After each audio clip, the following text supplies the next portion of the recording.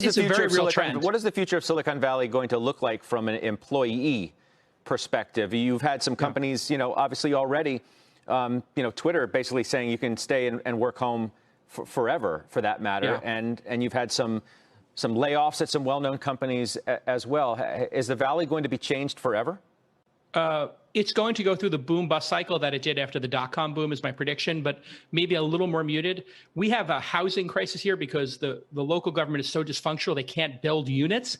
So because of that incompetence and the incompetence of high tax, it's probably going to stay the same in terms of occupancy, because you do still have all the amazing venture capital here and so much talent. But I do think 100% of companies learning how to work remote, perfectly, what people have figured out is this 10% of my workforce is crushing it. This 10% is phoning it in. I'm going to cut that 10%. I'm going to have a more efficient company, and I'm going to get rid of my second or third highest cost, which is facilities and real estate. I'm going to let everybody work from home. And then instead of trying to hire somebody in Silicon Valley, which is about a $40,000 a year premium, because a one-bedroom apartment here is $4,000 in private school, and you get the idea.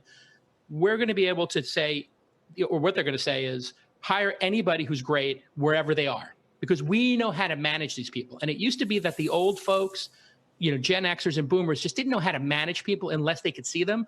Now everybody in the last 8 weeks has gotten a crash course in this. They know how to manage people. And what's going to happen is then you can hire anybody around the globe to fill a position, which means you fill the position 5 times faster. The person stays 3 or 4 times longer. You don't have turnover, and you get them at a 30% lower price.